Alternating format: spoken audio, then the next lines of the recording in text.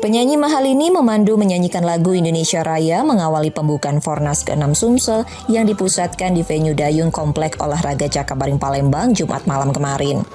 Selain menampilkan Mahalini, pembukaan Fornas makin semarak dengan kembang api dan parade lampu warna-warni. Fornas ke-6 di Palembang, Sumatera Selatan dibuka Menteri Pemuda dan Olahraga Zainuddin Amali. Ini diikuti peserta terbanyak, lebih dari 12.000 pegiat olahraga masyarakat dari 34 provinsi. Pegiat akan mengikuti 709 nomor lomba dan pertandingan olahraga yang digelar 55 inorga dalam rumpun olahraga kesehatan dan kebugaran maupun rumpun petualangan dan tantangan. Fornas ke-6 juga menggelar 9 inorga eksibisi. Nah, ini akan menjadi contoh penyelenggaraan yang baik untuk sebuah event, multi-event olahraga masyarakat yang selama ini mungkin kita belum begitu memberikan perhatian, tetapi dengan bukti malam ini Palembang, Sumatera Selatan sudah membuktikan bahwa tidak kalah dengan penyelenggaraan multi-event olahraga prestasi.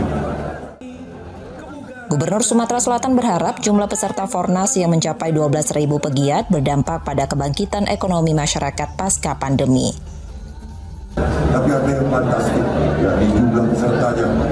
Jumlah pesertanya ini dalam sejarah event olahraga ini terbesar menurut laporan yang kita terima. Dan dampaknya juga sangat besar. Ini olahraga masyarakat yang berdampak luar biasa terhadap